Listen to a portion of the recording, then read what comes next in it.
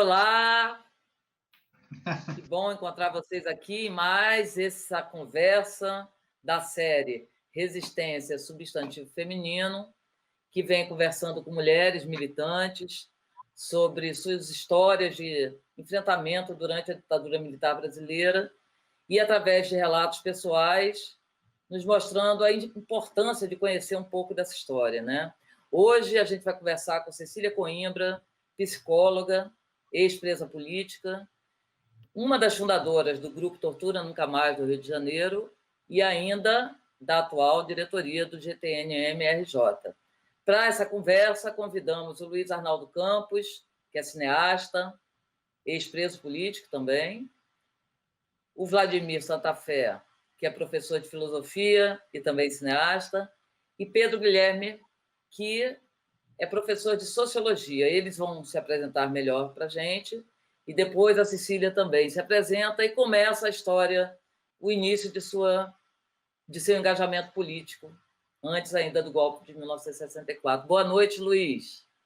Boa noite, Cecília, boa noite, Vladimir, boa noite, Pedro, boa noite, Flávia, boa noite a todos que estão nos vendo e ouvindo. Eu sou Luiz Arnaldo Campos, eu sou cineasta, diretor, roteirista, e atualmente presido o Conselho de Curadores da Fundação Lauro Campos e Marielle Franco. Dizer que é um prazer incomensurável estar aqui com a Cecília, depois de tanto tempo sem vê-la. A Cecília é um desses rios, né? Um desses rios que cortam o país, trazendo esperança, regando força, alegria, disposição, não é? Como ela falou antes de começar, próximo ano vai fazer 80 anos, né? 80 anos bem vividos. Beijo, Cecília. Prazer enorme estar aqui contigo. Boa noite, meu nome é Vladimir Santa Fé, eu sou professor de filosofia e teoria da comunicação, também sou cineasta, trabalho com cinema, vídeo, e é um grande prazer estar aqui com vocês, com todos vocês, com a Cecília, essa pessoa fantástica, essa referência política, essa resistência, essa memória viva, né, da resistência. É assim, essa conversa ela é essencial nos dias de hoje, né? É uma conversa que abre caminhos, que cria linhas de fuga. É um grande prazer. Sou o Pedro, sou professor de Sociologia da Rede Pública Estadual aqui do Rio, faço parte da direção da Regional 1 do CEP, Sindicato Estadual dos Profissionais da Educação, e sou militante da Organização Anarquista da Reliberdade. Eu conheci a Cecília num momento, né, onde eu estava sendo perseguido pela polícia, num processo onde eu fui tacado entre os 23, que nem se conheciam, os 23 presos perseguidos às vésperas da final da Copa de 2014, e a Cecília me ajudou muito nesse momento, e desde então, né, a gente está junto, e eu estou com a Cecília praticamente todos os dias, né, lendo o que ela escreve, conversando com ela, encontrando ela, tendo um pouco de ar, me aproximando, né? E se amor é companhia, a gente está sempre junto aí nesse processo, porque, na verdade, não tinha nem como escapar, né? Depois desse momento, a gente se juntou e muita admiração, e a gente tô sempre também tendo o apoio dela, né? Nas diversas lutas que a gente tem tocado desde então. Então, é um prazer para mim, imenso, poder estar aqui participando desse encontro e com os companheiros todos.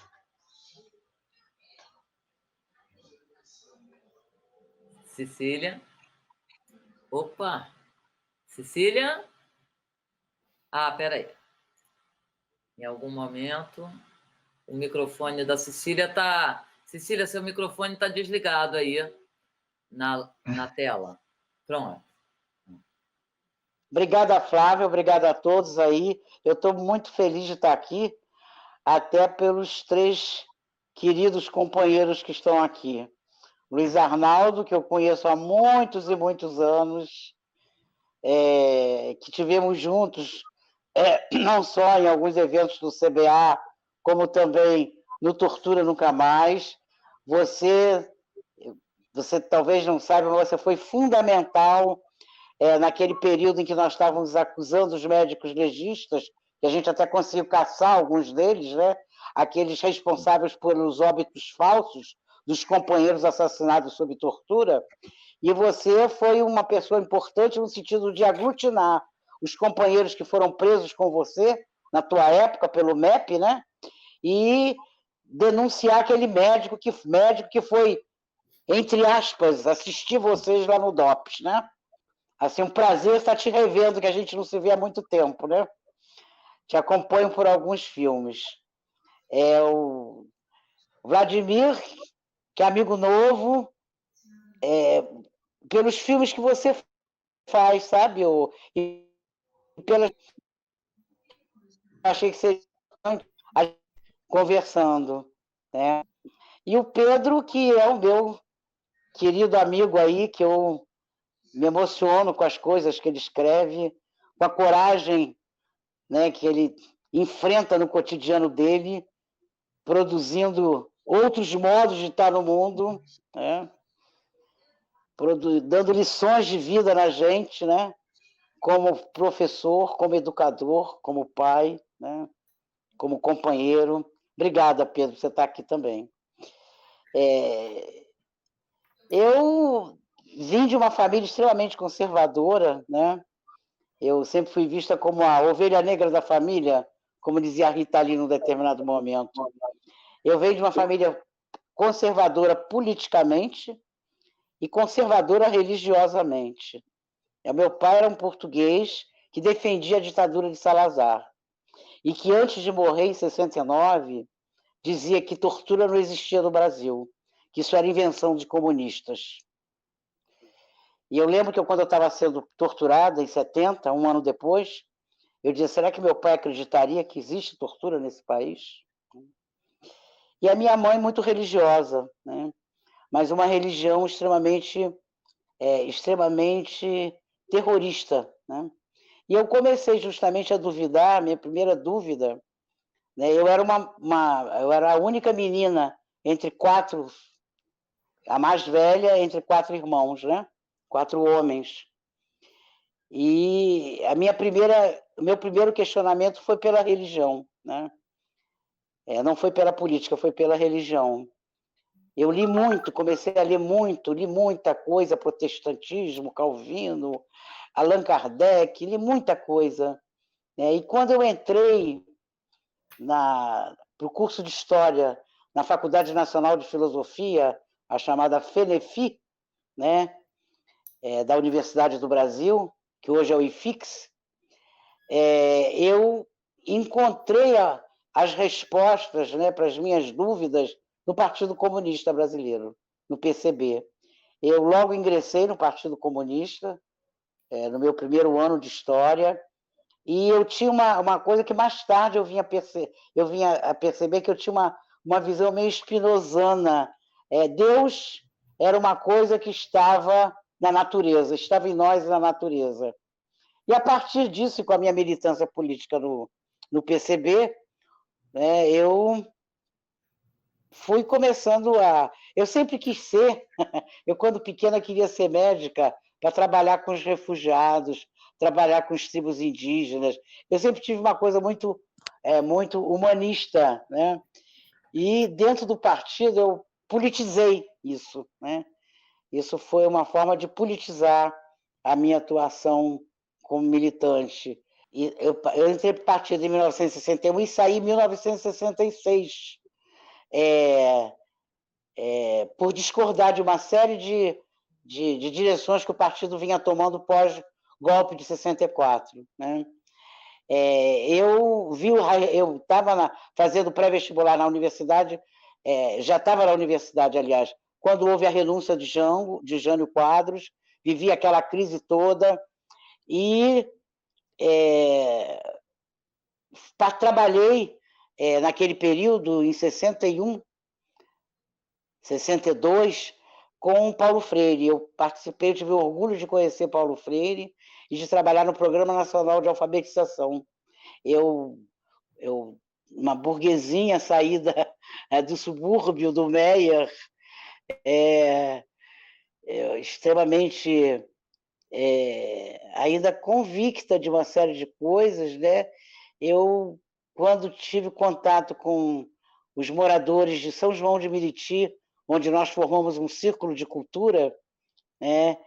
E as respostas que eles nos...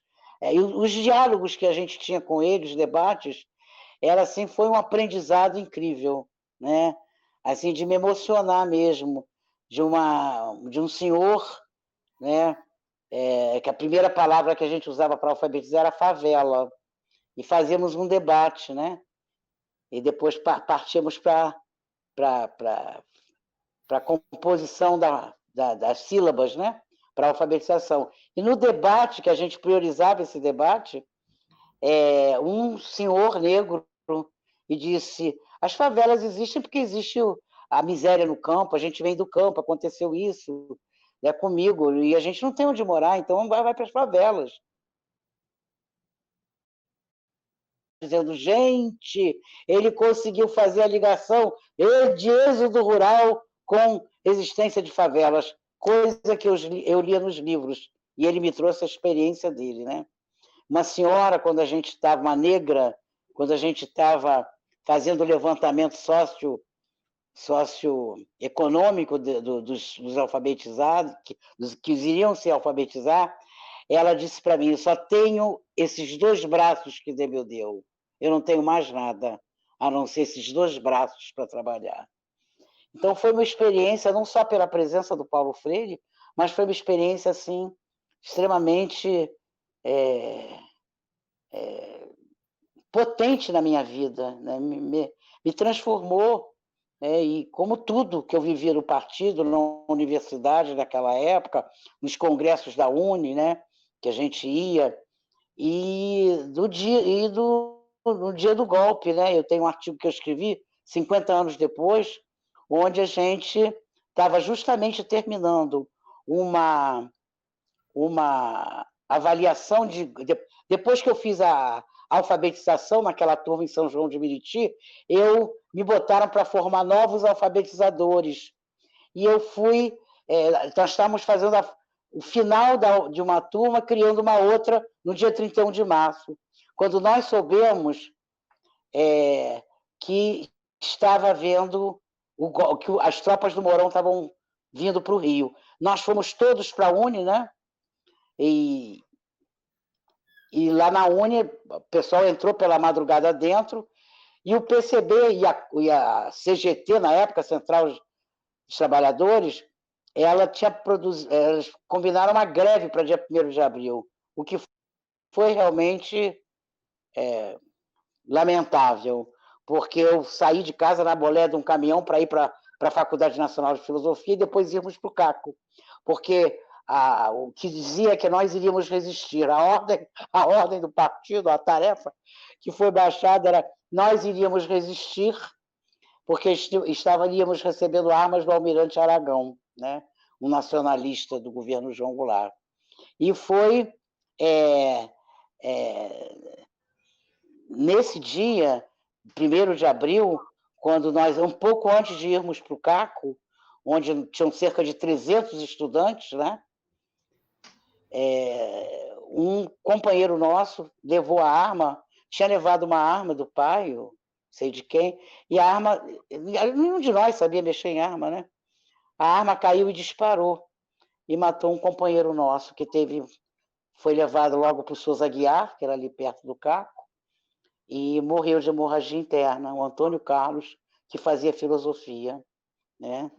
Tanto que eu introduzi o nome dele no nosso dossiê do Grupo Tortura Nunca Mais, na parte de outras mortes, né?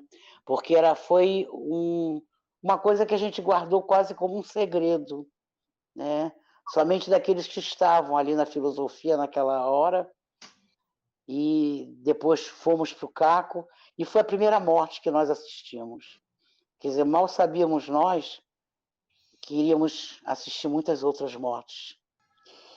E nós ficamos lá, né? Teve uma hora que começaram a metralhar o prédio, nós fechamos a porta com aqueles móveis pesados, antigos, que tem no CACO ainda, e a ordem que depois nós soubemos eram grupos paramilitares, Comando de Caça aos Comunistas, pessoal do DOPS, todos armados, e de repente uma pessoa bate assim, cessam as rajadas de metralhadora, que eram rajadas de metralhadora que estavam dando, com bombas de gás lacrimogêneo que jogavam dentro do prédio, e a gente abaixado no chão, e estávamos tentando sair pelo telhado, inclusive, que dá do lado, que era a antiga Casa da Moeda, que hoje é o Arquivo Nacional. E nós fomos salvos por um capitão do Exército, um jovem capitão do Exército, que ainda está vivo hoje, nosso grande companheiro, Ivan Cavalcante Proença. A maioria das pessoas que fundaram depois, em 85, o Grupo Tortura Nunca Mais, estavam no CACO naquele dia. E a gente até mexe com o Ivan. Ô, Ivan, você nos salvou para que a gente criasse o Grupo Tortura Nunca Mais.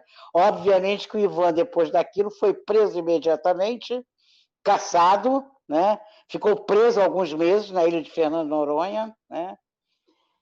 E até ele é o nosso grande homenageado. Nós conseguimos, inclusive, que no CACO pusessem uma placa homenageando o Ivan Cavalcante Proença. Quando fizemos os 50 anos do golpe, né? Relembrando os malefícios do golpe civil-militar, com a medalha Chico Mendes de Resistência, que nós temos todo ano, nós fizemos essa homenagem ao Ivan Cavalcante Proença e o CACO aderiu. Então tem uma placa lá no CACO até hoje contando um pouco da história, né? De que o Ivan salvou quase 300 estudantes, né? De vários cursos, de várias, né? Todos, de um modo geral, da antiga Universidade do Brasil. Eu vi um pouco antes do golpe, né? Eu estava na Rua São José, a passeata de Deus pela democracia, né? Pela família, com Deus, pela democracia. E eu chorando, vendo aquelas mulheres de classe média alta, né? Desfilando e oferecendo ouro para o Brasil, era a campanha que fazia-se na época, né? E elas dando seus anéis, as suas joias, né? Era Ouro para o Brasil, uma campanha que foi feita logo um pouco antes do golpe, e depois se deflagrou o golpe. Depois que nós saímos do CACO, eu saí com a Eli Diniz e nós vimos a Uni pegando fogo. Foi assim uma coisa muito, muito emblemática, né? Aqui a gente passando pela Praia do Flamengo e vendo a Uni em chamas, né? Cecília, o Pedro está entrando novamente, aí você retoma.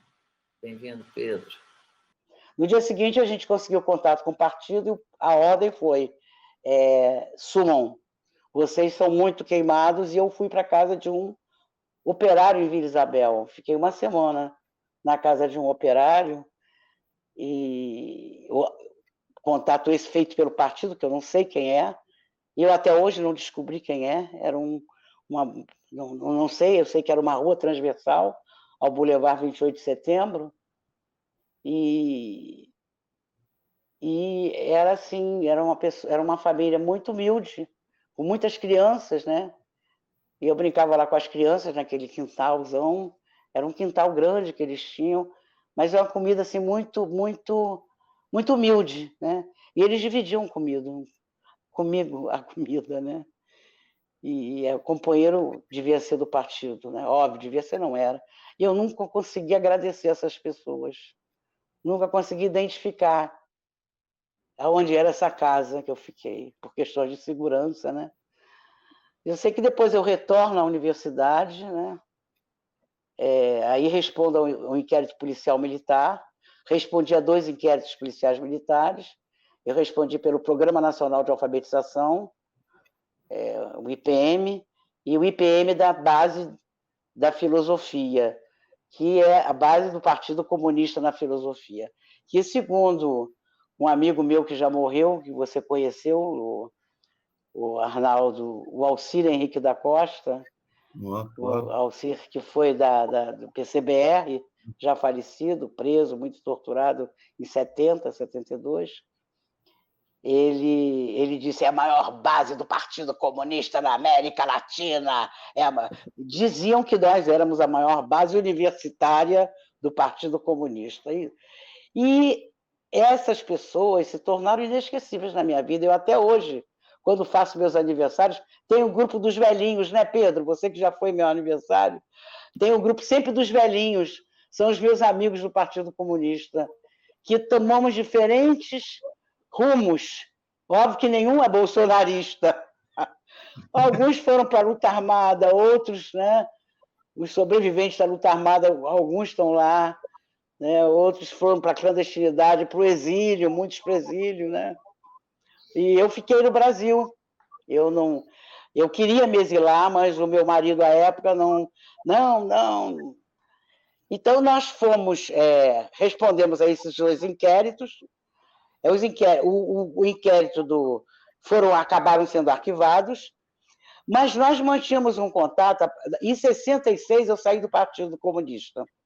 Eu fui para a dissidência do PC na Guanabara e saí discordando da linha que eles tomavam, que era a linha parlamentarista, que era a linha do que a gente chamava caminho pacífico, né? Dos grandes conchavos, né? E também achava que não era para luta armada. Era assim, era um momento que eu dava a minha solidariedade. A minha casa, muitas pessoas ficaram que eu até hoje nem sei quem são. Algumas delas eu conheci posteriormente no CBA, quando eu vi a foto da pessoa morta ou desaparecida. Eu disse: esse foi um dos que estiveram lá em casa. Pela minha casa passou muita gente.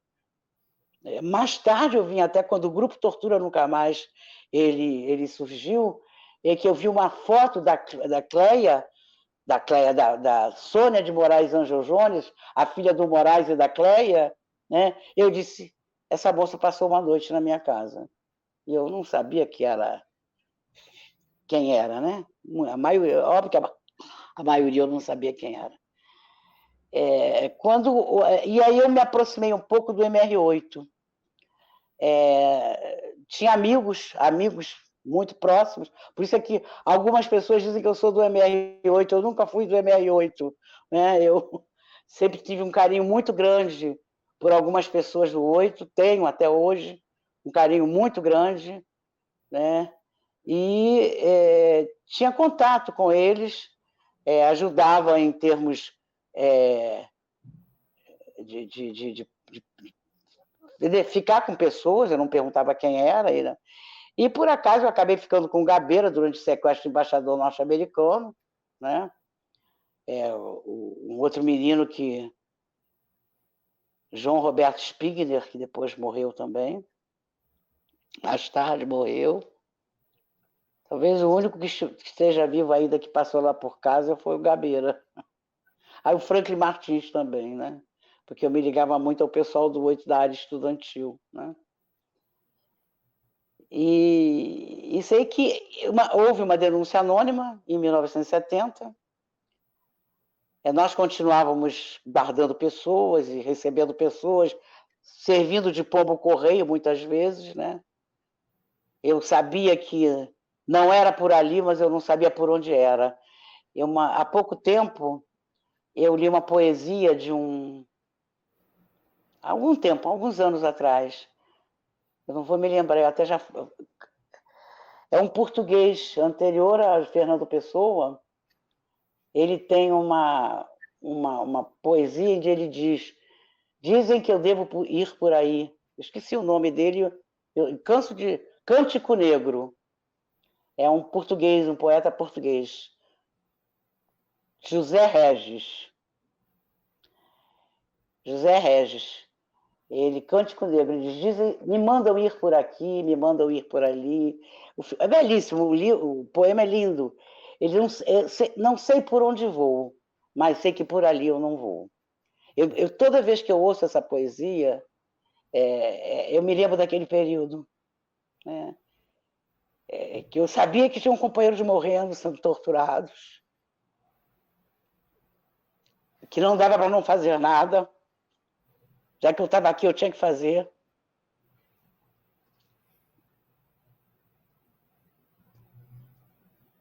E fizemos o que foi possível fazer, faria tudo de novo. Eu acho que talvez...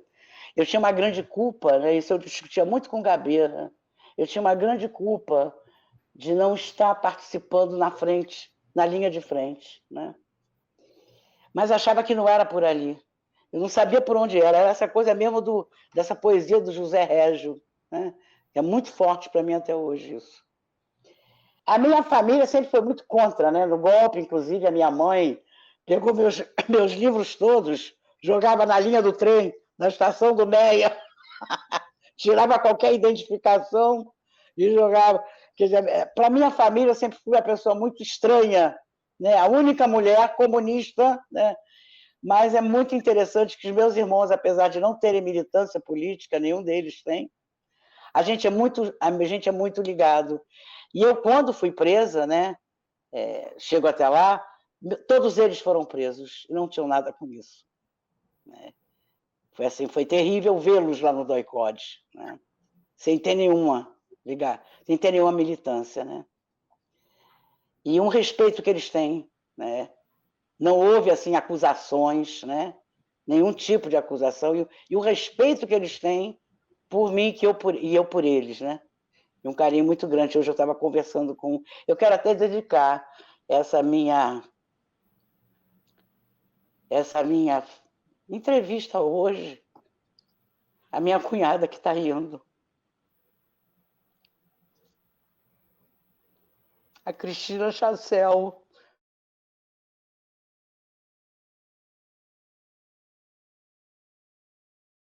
Jornalista, guerreira, que nos ajudou muito no Tortura Nunca Mais.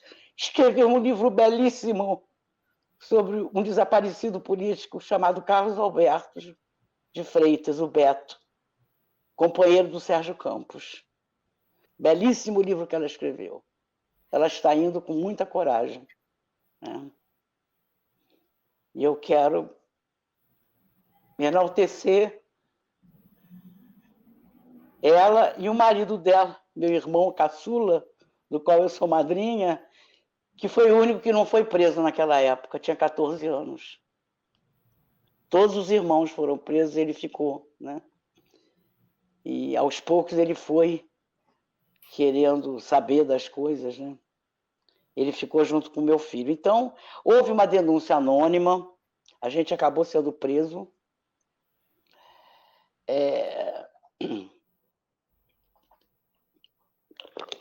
Levaram a gente para o DOPS, eu e meu José Novaes, meu ex-marido, meu grande amigo e companheiro até hoje.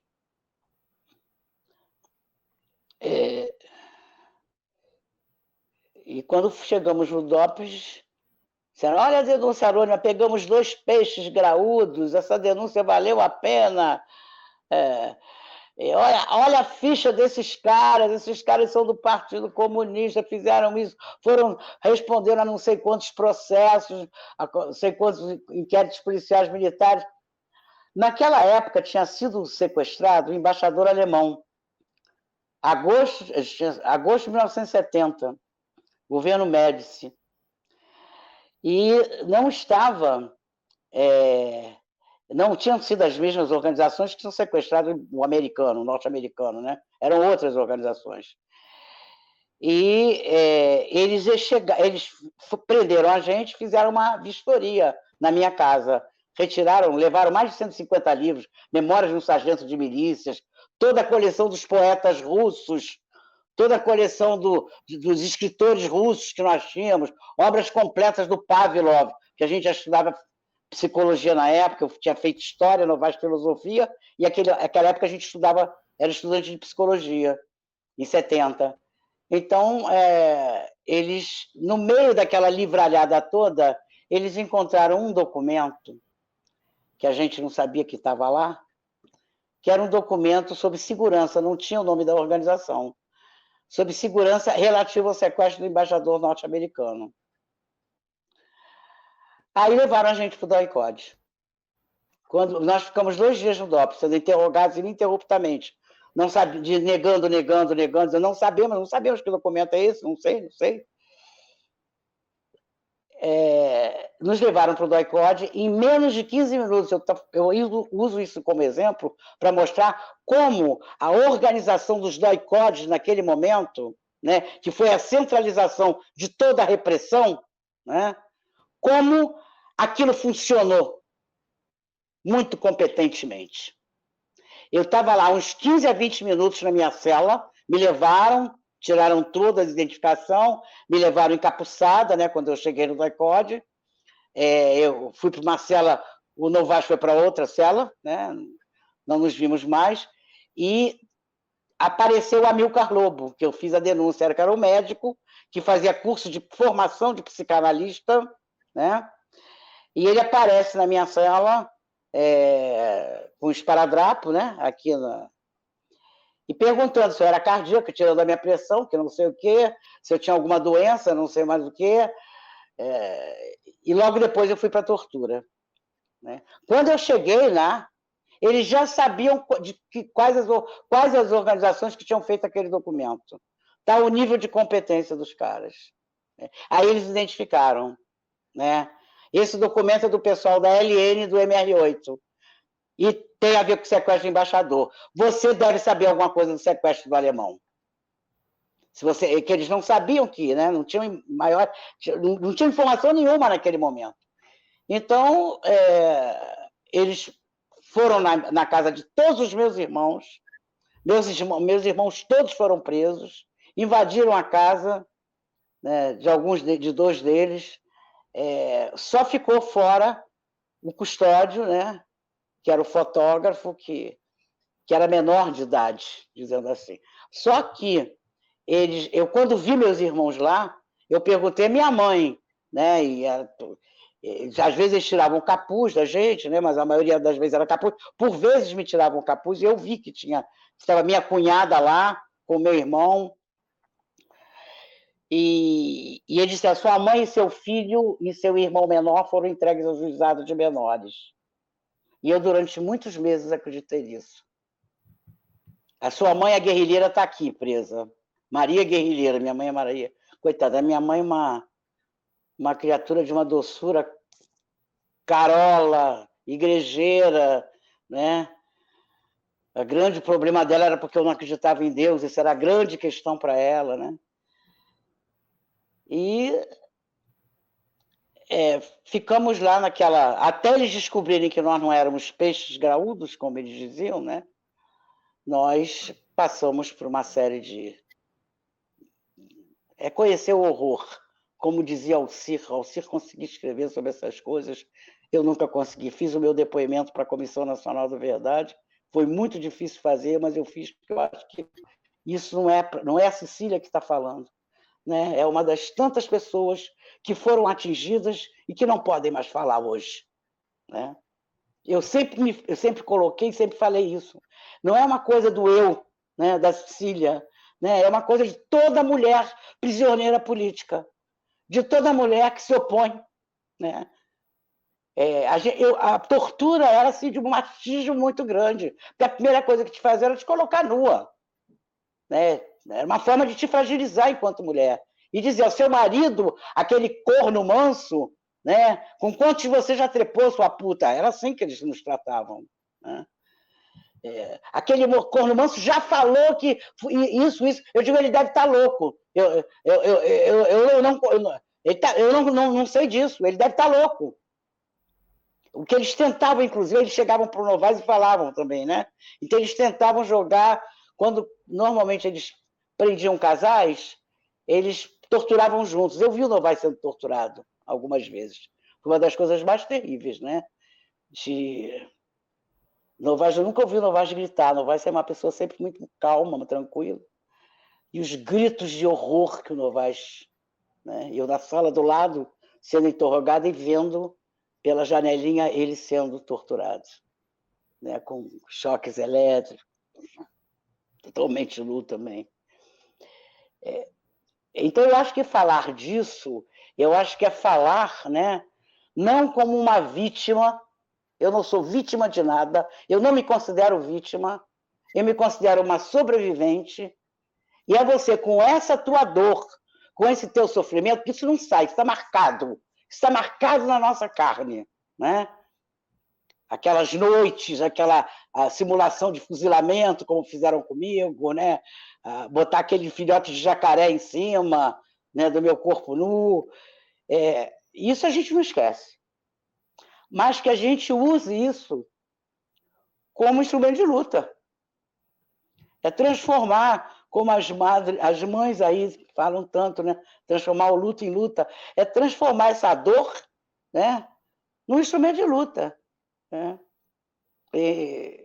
Eu sempre gostei muito de história, depois de fazer psicologia, sempre gostei muito de dar aula, e eu aliei realmente a minha carreira acadêmica. Eu não gosto de falar carreira acadêmica, eu acho isso uma babaquice. Eu tenho assim eu faço críticas seríssimas a essa academia horrorosa, fechada, elitista que nós temos, né? E que as pessoas se julgam melhores do que outras, né? Eu tento quebrar isso e tento aliar essa minha experiência de vida, né, isso que eu vivi, né, como um campo de pesquisa, como um campo de estudo para mim, né, mas dentro de uma militância bem concreta. Né. Cecília, então, deixa eu te fazer uma pergunta. Cecília, pode fazer, já estou de boca seca, por favor. Não, você foi uma pessoa que participou do mais amplo movimento que houve de enfrentamento desse horror, de enfrentamento desse terror, que foi, primeiro, um movimento pela anistia ampla, geral e restrita, o CBA, o Comitê Brasileiro pela Anistia, que é, digamos assim... Eu participava muito pouco, o Luiz Arnaldo, ali eu ia muito pouco. Mas eu queria que você falasse dessa época, quer dizer, o movimento pela anistia, a gente está conversando com o Inazinha e tal, etc., começa com mães de presos políticos, filhas, namoradas, se juntando, escrevendo as primeiras denúncias, pedindo para os amigos que eram das universidades para divulgar, falando de greve de fome, e isso foi crescendo e criou um movimento tão grande que depois foi uma espécie de cunha também para um berço para o Grupo de Tortura Nunca Mais. Sem dúvida, sem dúvida. Porque todo esse horror que nós passamos, quer dizer, o absoluto silêncio, né? Era uma coisa impressionante. As pessoas não podiam... Eu, quando voltei para a universidade, depois de ter sido preso e condenado e tal, as pessoas tinham medo de encostar em você para falar. É verdade, é verdade. E isso já em 77, 78, e você sentia isso. E, no entanto, houve esse movimento que colocou, abriu esses porões horrorosos para a sociedade brasileira. Queria que você falasse um pouco dessa luta, que vai desdobrar no Grupo Tortura Nunca Mais. No Tortura Nunca Mais. Eu participei muito pouco do CBA, né, o Luiz Arnaldo. Agora, vou falar um pouquinho sobre isso. Mas isso que você sentia, eu sentia muito. As pessoas atravessavam na rua para não falar comigo, depois da minha prisão, depois que eu fui colocada em liberdade, parentes, amigos, vizinhos, como se a gente tivesse a peste. A sensação que dá é essa. Evitam a gente porque nós somos terroristas, né? A produção dessa categoria de acusação, né? E era como se nós tivéssemos a lepra, né? Eles atravessavam, eu senti muito isso. Eu participei muito pouco do CBA, eu participei primeiro foi o Movimento Feminino pela Anistias e Liberdades Democráticas, né? Que é um movimento mais das mães, né? Das mães que ainda estavam vivas, né? Em plena, né, início de luta, foram elas que começaram. É interessante a gente ver que a maioria dos grupos, tanto no movimento feminino pela anistia e pelas liberdades democráticas, era o movimento das mulheres. Né? Depois, quando vem o CBA, eram as mulheres que estavam liderando. Era a Ina Maia, era a Ana Miller, era a nossa querida... outra advogada, amiga da Abigail Paranhos, né? Então, eram todas mulheres, né? Então é interessante a gente ver como isso, e na América Latina, nós temos, é a mesma história. A questão dos direitos humanos vem sendo, né, protagonizada fundamentalmente pelas mulheres, né? Então, o CBA, eu acho que ele foi importantíssimo, né? Porque ele tinha uma palavra de ordem que depois se esqueceram, né? E que às vezes a gente esquece. Desmonte do aparato repressivo do Estado. Desmonte de todos os serviços de informação. Isso, na época, era uma coisa avançadíssima. E era um dos pontos de luta, né? Um dos pontos de luta por uma anistia ampla, geral e restrita, né? E se fez, inclusive, vários grupos funcionavam, né, no CBA aqui do Rio, e pesquisas eram feitas, né? Depoimento de pessoas. Óbvio que posteriormente, quando o Brasil Nunca Mais veio à luz, que foi em 85, quando o Grupo Tortura Nunca Mais surgiu, por coincidência, né?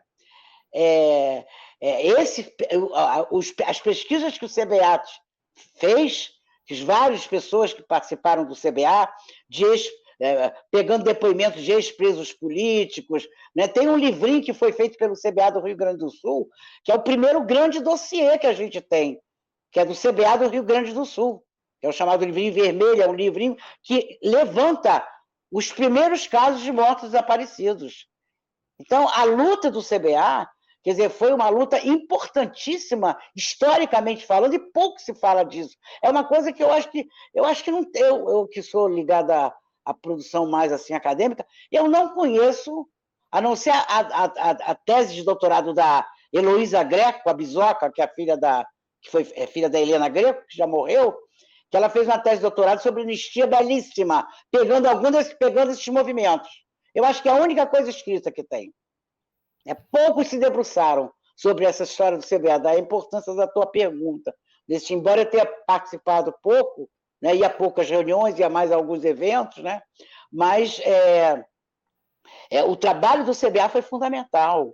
Foi fundamental. Ele, como você colocou bem, ele, em 85, como os CBAs tinham, né, depois daquela anistia que não foi nem geral, nem ampla, nem restrita, foi extremamente parcial e limitada, essa tese da Heloísa Greco mostra isso muito bem, né? Quer dizer, o que os movimentos sociais pediam na época não se conseguiu, veio como uma anistia fardada, sem dúvida, onde a interpretação que se deu aquele parágrafozinho, né, estariam crimes conexos, ou seja, os torturadores estariam anistiados. Não estão anistiados, isso foi uma interpretação dos juristas da ditadura. Isso já foi derrubado. O que nós fizemos em termos de oposição, mesmo aqueles que pegaram em armas, né, eles não se compara ao terror implantado pelo Estado brasileiro, né? Então, é uma interpretação realmente nojenta que se faz da lei da anistia, né? Nós até hoje não reconhecemos, não tem nenhum torturador anistiado, né? Anistia não tem a ver com conexidade, que eles tentaram botar. Considerem-se anistiados todos aqueles que cometeram crimes conexos. Aí vem e interpreta isso, a lei da anistia, como uma anistia para os torturadores, né? Então, isso realmente deu margem à criação do Grupo Tortura Nunca Mais, porque os CBAs foram, né, esvaziando, né? Depois já no início dos anos 80, depois daquela anistia extremamente parcial. E eu lembro que foi uma coisa assim, muito local aqui no Rio de Janeiro. Agora eu já estou entrando na fundação do Grupo Tortura Nunca Mais. É para isso? Para isso, exatamente. Cecília, eu queria te fazer uma pergunta, até pegando o embalo da pergunta do Luiz Arnaldo, para você, para o Luiz também, que está no preso político, porque a ditadura, de certa maneira, não acabou em todos os territórios do Brasil, né? A ditadura continua nas favelas, sempre continuou nas favelas, nas periferias, com pessoas desaparecidas. moradores de favela e das periferias sofrem violência da polícia, sofrem violência do tráfico, sofrem violência da milícia, ou seja, então houve uma ditadura militar institucional que torturou, que, enfim, perseguiu grupos políticos, opositores, inclusive o próprio Bolsonaro hoje está se utilizando de ferramentas, né? Não é o SMI, eu esqueci agora o termo da instituição, para perseguir opositores. Tem uma matéria que saiu recentemente no UOL. Mas eu queria que você falasse um pouquinho dessa questão que, assim, que houve uma ditadura militar, mas houve uma permanência da ditadura militar. Tanto que você falou das mães, né? O Safatli até tem um conceito bem interessante, que nunca existiu democracia nesse país. Existe uma democracia geográfica, né? Existe uma democracia na zona sul do Rio de Janeiro, no Morumbi, existe uma democracia para o povo, para os descendentes, né, de europeus, né, para a classe dominante, mas nunca existiu uma democracia para a população de maneira geral, né?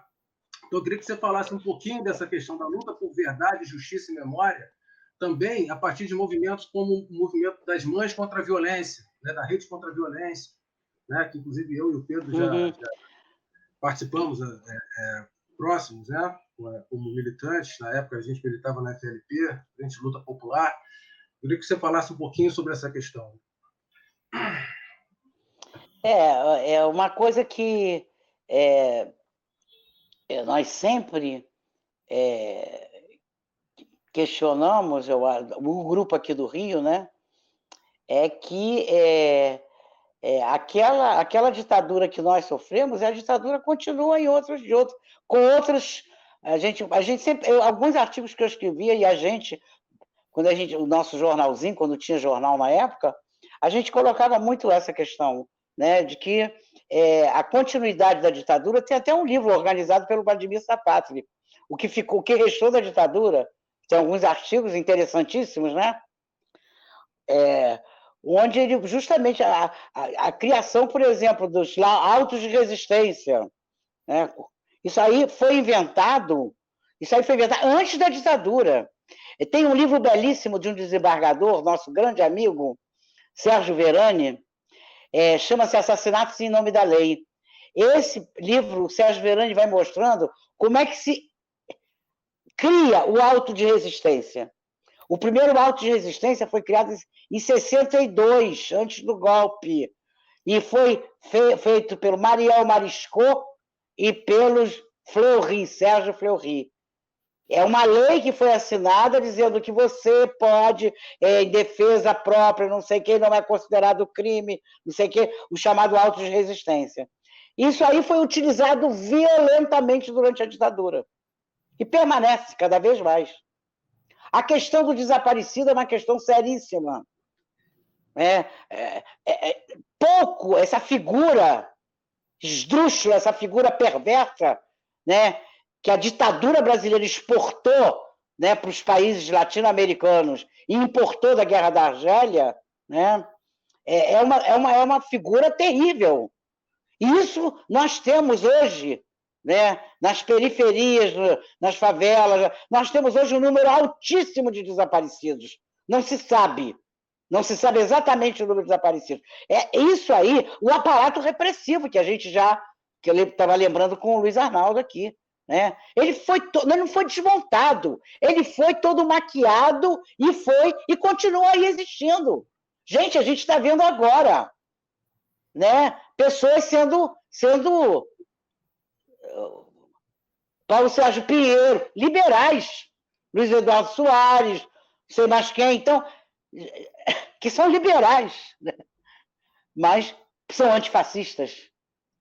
Então, esse aparato vem de lá, cara. Isso aí nunca foi derrubado. Óbvio que isso foi sofisticado, agora com as técnicas de informática, que eu sou totalmente ignorante nisso, mas isso aí, né, a gente sabe que... Então, o que ficou da ditadura, ficou muita coisa da ditadura. Porque a gente tem... A tortura não foi inventada pela ditadura, a tortura é inventada né, desde o descobrimento do Brasil, o colonizador agora, né? A gente tem um pouco mais de leitura sobre essa questão está se fazendo uma outra leitura, né? Sobre a independência brasileira não foi aquela coisa cordial, como se diz, né? O cordial homem brasileiro, né? A independência do Brasil foi feita né?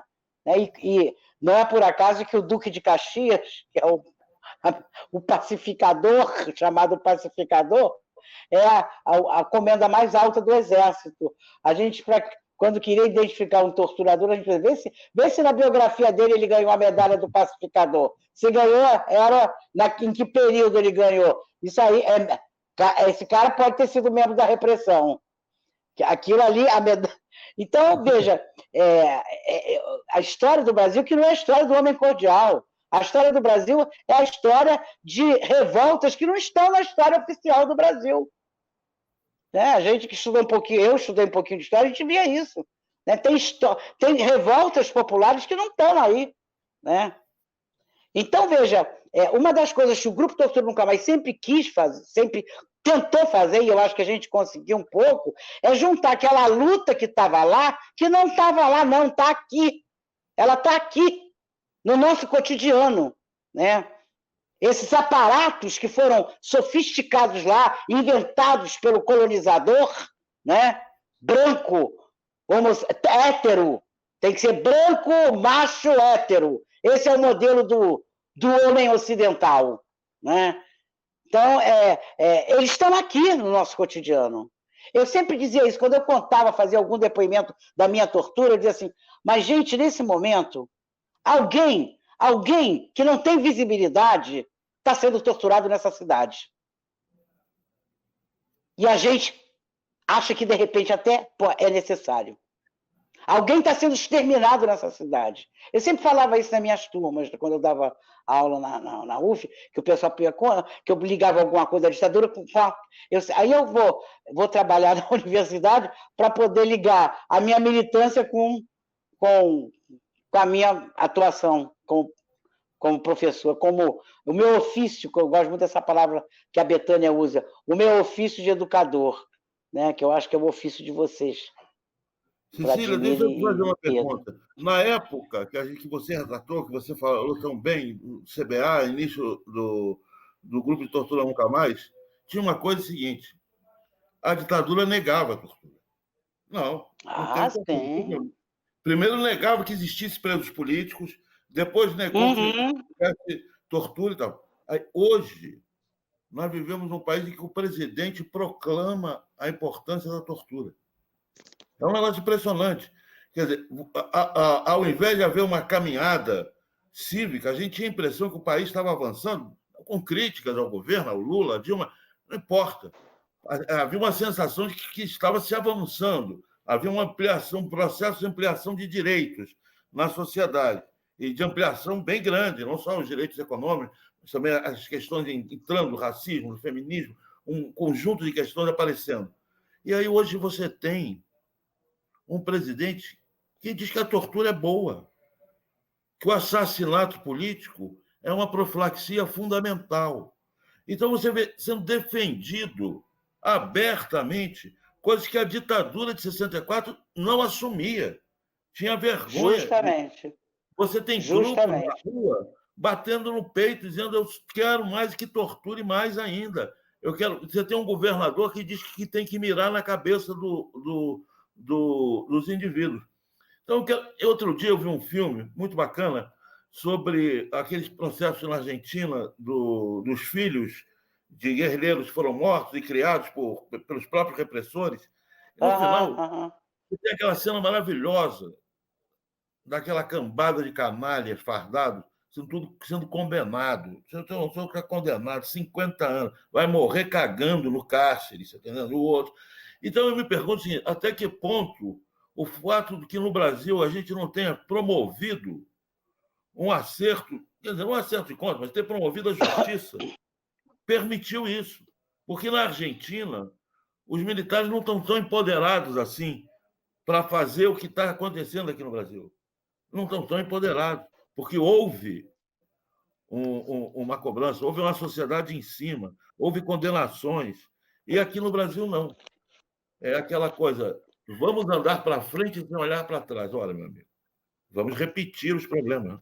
Então, esse absurdo de fazer corar um SS do Terceiro Reich é dito publicamente, impunemente. Você está entendendo? E conquista adeptos que se declaram, que subscrevem, que postam, que reproduzem. Então, eu estava querendo que a Cecília falasse. A minha pergunta, na verdade, é o seguinte: Cecília, aonde é que esse ovo foi sendo chocado? Aonde que isso começou? O que tanto que se fez na luta contra a tortura, aonde é que foi que isso passou? Posso só complementar? Houve avanços nos governos do PT, realmente houve. Por isso que é uma pergunta complementar. Mas o governo do PT também criminalizou.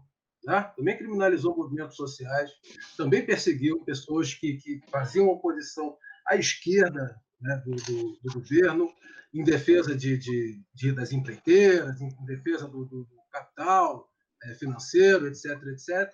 E o governo petista, o governo aparentemente de esquerda, que também fez parte dessa ampliação de direitos, que são conquistas dos movimentos sociais na realidade, né?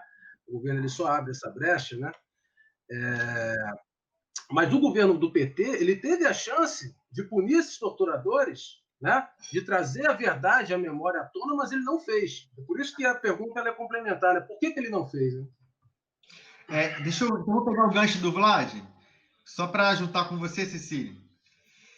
Porque o Vladimir ele colocou a questão da continuidade, as continuidades em relação às permanências, né, da ditadura civil-militar e os dias atuais. E você citou o seu depoimento, né, na Comissão Nacional da Verdade, que você colocou que teve a dificuldade de ter colocado. E eu sempre trabalho em sala de aula com o seu relato, né? Já falei isso para você e com algumas presas também. E é impressionante, porque se você vai dar uma aula, eu trabalho na rede pública estadual, há 13 anos em sala de aula. Se você chegar a falar sobre ditadura civil-militar, nas escolas que não são as escolas de maior destaque da rede, que são pouquíssimas, 95% dos alunos não sabem falar para você sobre ditadura. Então, se a gente for achar, na população em geral, primeiro, as pessoas não vão falar mal do Exército, e nem em locais onde o Exército cometeu atrocidades, como, por exemplo, na Providência, onde eles mataram, entregaram, houve aquele caso de terem sequestrado 3 jovens. Rodrigo. Então, assim, em 2008, né? Porque servir o Exército é uma oportunidade de trabalho, de emprego, a farda, uma profissão. Existem um monte de questões em relação ao Exército e, enfim. E você fala na escola, para os jovens agora, os adolescentes de 14, 15, 16, 17 anos, praticamente ninguém fala algo sobre ditadura civil-militar. Para você dar uma aula sobre ditadura civil-militar nas escolas que não são as escolas, por exemplo, maiores, como eu coloquei, é muito difícil você se colocar. E quando entra um depoimento como o seu, que você deu, que eu falei assim, eu tentava dar aula sobre ditadura, você fala sobre Jango, as pessoas, os alunos já fazem assim, né? Guerra Fria, aquela cara de tédio insuportável, sei lá o quê, esse negócio. Até aí você fala, vestibular, mas a vida é tão dura e as exclusões são tão grandes que os alunos terminam o terceiro ano, eles nem fazem vestibular nessas escolas de favela, de periferia. As lutas são outras. Ou seja, aí quando você traz um depoimento como aquele, o silêncio é total, a comoção é completa nessa noite. E aí eles falam, caramba, isso foi ditadura. Sempre quando eu vou dar aula sobre ditadura, eu desisti, essa coisa logo nisso. Contexto histórico, contexto de 64, mostrar onde o Brasil estava situado, para disso, pego esse depoimento e aquela parte onde você bota o filhote de jacaré, que é algo assim, que não tem quem não fique assim perplexo com aquilo, a parte que você fala da sua angústia como mãe, onde está o seu filho, né? Essa procura do seu filho. Aí há uma conexão imediata, porque eu me lembro que em 2014 eu fiz uma pesquisa, logo após as prisões, as perseguições que nós sofremos, na época pelo governo da Dilma, né? 70% dos meus alunos, 70% dos meus alunos tinham um parente próximo que tinha sido preso ou morto, assassinado, nessa escola que fica no Morro da Providência. Então, quando eles veem esses relatos, a parte da tortura, e quando a gente fala da época da ditadura civil-militar, falando das remoções de favelas que foram colocadas, as praticamente 100 mil moradores que foram deslocados à força no período que pega da ditadura civil-militar, na hora eles falam, pô, isso aí é ditadura, mas eu fiquei sabendo, para mim isso era bom, até porque é uma coisa complicada, né? E aí a minha pergunta para você também, já fazendo essa relação, pegando o Vlad novamente, nessa questão da relação da ditadura com nossos dias atuais, porque você citou o Paulo Freire, né? E o Paulo Freire ele é essa figura hoje demoníaca, né, do governo. E algo como alfabetização de jovens adultos é algo, naquela época, muito perigoso, né? Até assim, eu não tive meu avô, meus avós, eles eram operários em fábrica, eles tinham uma visão muito, assim, com PCB, né? Tinha uma visão, porque meu avô, eles se alfabetizavam para os cursos do PCB, né? Inclusive, ele tinha um livro lá na casa dos meus avós, até eu cheguei a ver, que era o Cavaleiro da Esperança, o Jorge Amado, e a minha avó, ela nem lia, mas ela tinha aquele livro lá, olha, isso aqui foi num comício com o Prestes, entregaram, um comício do Prestes, aquela coisa assim, aquela fala colocado, e eles falavam muito porque o PCB tinha esse partido, era um partido justamente todas essas questões que você colocou, mas muito popular, né? Na década de 50 e 60, operário, com uma entrada na classe operária muito grande, né? E eles tinham essa relação. E eu me lembro que eles falavam muito dos cursos de alfabetização e tal. Aí pegar esse brecha, como é que você vê também essa releitura do Paulo Freire e também essas atividades para a esquerda hoje também, como esses que você participou da alfabetização que a gente vê. Desculpa ter me alongado para caramba aí. Eu vou voltar para uma coisa do PCB.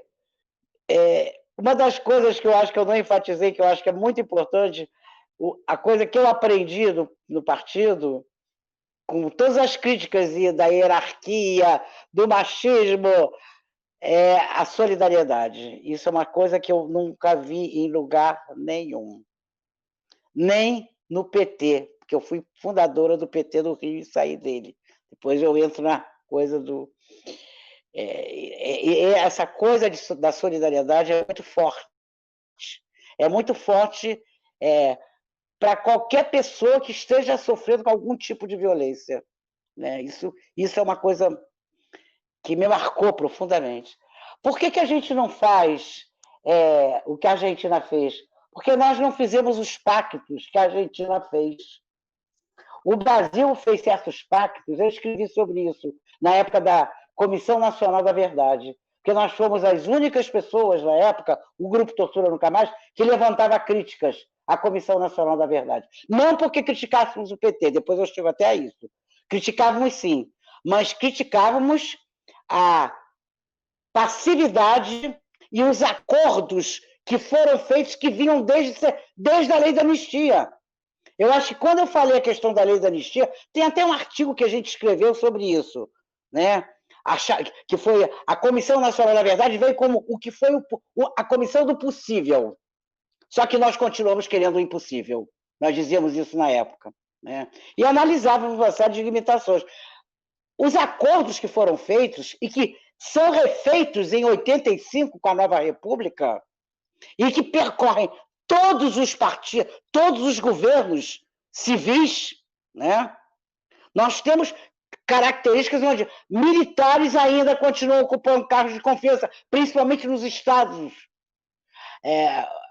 Minha tese de pós-doutorado foi sobre a questão da Operação Rio, pegando como você vai produzindo que o pobre ele é criminoso. Onde está o pobre está a criminalidade, está o crime, né? Está a sujeira, né? Tá a desordem, né? Os pactos que foram feitos, Luiz Arnaldo, a gente vai pegando todas essas e chegamos ao Fernando Henrique Cardoso, com a Lei 9.140/95, onde ele o ônus das provas tem que ser dadas pelos familiares. Olha a perversidade. Quer dizer, o Estado prende, o Estado desaparece com aquela pessoa e é o familiar que tem que apresentar documentos de que seu familiar estava preso. Aquela lei 9.140 foi um abuso, foi um cala-boca para os familiares de mortos desaparecidos políticos, porque dá uma reparação econômica. E aí a gente, na época, inclusive, fizemos um artigo sobre isso, que foi até publicado pelo Arquivo de Gardner Rossi, pela a revista que tem da Unicamp, né? Onde a gente mostrava que nem o conceito de reparação da ONU, que não tem nada de revolucionário, ele coloca como a reparação financeira a última coisa de um processo. Primeiro você tem que saber o que aconteceu, como aconteceu, quando aconteceu, quem são os responsáveis. Isso não se fez no Brasil. Não se fez em função desses pactos, porque a maioria daqueles civis que apoiaram a ditadura continuam aí. As grandes empresas transnacionais e nacionais continuam aí. Aqueles que alimentaram a tortura, que deram dinheiro para a manutenção dos doicodes da vida, para a experiência que foi a Operação Bandeirantes, a OBAN, em 69, em São Paulo, onde se fez essa experimentação de aglutinar todo o aparato de informação e de segurança. Como eu mostrei, em 15, 20 minutos, eles sabiam de onde aquele documento tinha partido, que eles acharam na minha casa. Então, todo esse aparato, nós não conseguimos mexer nele. Ele foi se sofisticando, ele foi se botando outras maquiagens, outras caras, né? E o próprio governo, né, o Estado, de um modo geral, ele não vai reconhecer memórias que são perigosas. Por isso é que a questão do Araguaia até agora está em aberto. Né? É muito perigoso certas memórias. O Estado não quer instituir isso. E nós temos clareza disso. Agora, nós queremos que o Estado reconheça isso. Né? Agora, então, veja, eu sou contra todo e qualquer... Eu não gosto da palavra punição. Eu sou abolicionista penal. Eu não sou porra nenhuma, entendeu? Eu não gosto de rótulos. Eu acho que a gente tem que pensar, a prisão vem para quê? Existe prisão para quê? E no DOI-CODE, eu lembro que eu estava sendo torturada em alguns momentos, quando a gente voltava para a cela, e as pessoas tinham companheiras nossas, eu fiquei numa cela coletiva num determinado momento, em que as companheiras diziam, a gente tem que matar, a gente tem que... Eu digo, gente, a nossa lógica é outra. Nós somos diferentes desses caras. Nós não podemos ter a mesma lógica. Essa é a lógica do fascismo, do controle. Eu não quero ninguém preso, não. Porque prisão não vai adiantar nada. O que eu quero é que essas pessoas sejam, né, sejam responsabilizadas eticamente. Que a família saiba o que está capaz de fazer. O que esses médicos legistas fizeram para acobertar a tortura que os companheiros sofriam, fazendo inclusive o teatrinho, né, do morreu em tiroteio, quando o cara já estava praticamente morto, ou morto quando chegava lá, no local do teatrinho, morreu ao reagir à prisão, que era essa grande farsa da época, né, que depois os autos resistências continuam fazendo isso nos dias de hoje. Né? Então, veja, a questão é pensar numa responsabilização ética. Nem isso nós tivemos. Então, os acordos... Eu lembro que quando a Dilma foi eleita, me fizeram uma entrevista, né? Perguntaram, você como ex-presa política, você foi torturada, não sei o quê, o que você falaria para a futura presidente? Eu digo, olha, as marcas das torturas estão aqui na gente. Elas não saem. Elas não saem. Você que foi torturado sabe disso, Luiz. As marcas estão conosco, nos acompanham.